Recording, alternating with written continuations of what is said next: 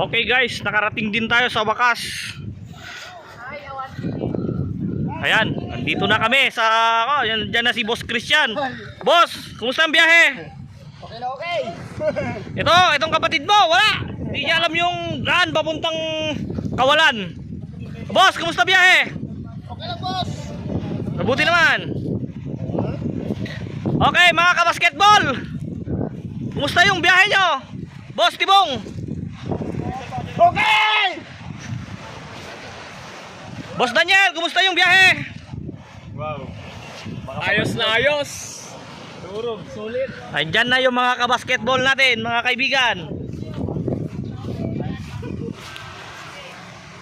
Team Zone 5 ng Talang.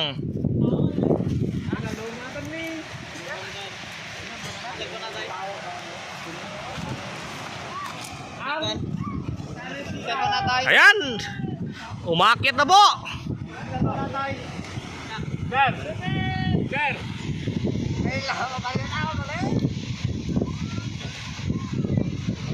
Ito, kukunin natin muna yung buong resort. Hindi tayo magpapapasok ng ibang tao dito.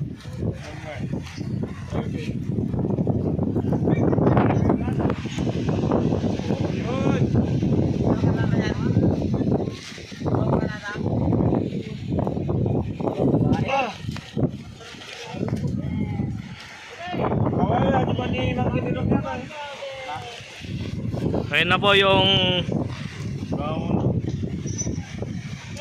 devil fruit. Gagamitin na po ni Daniel.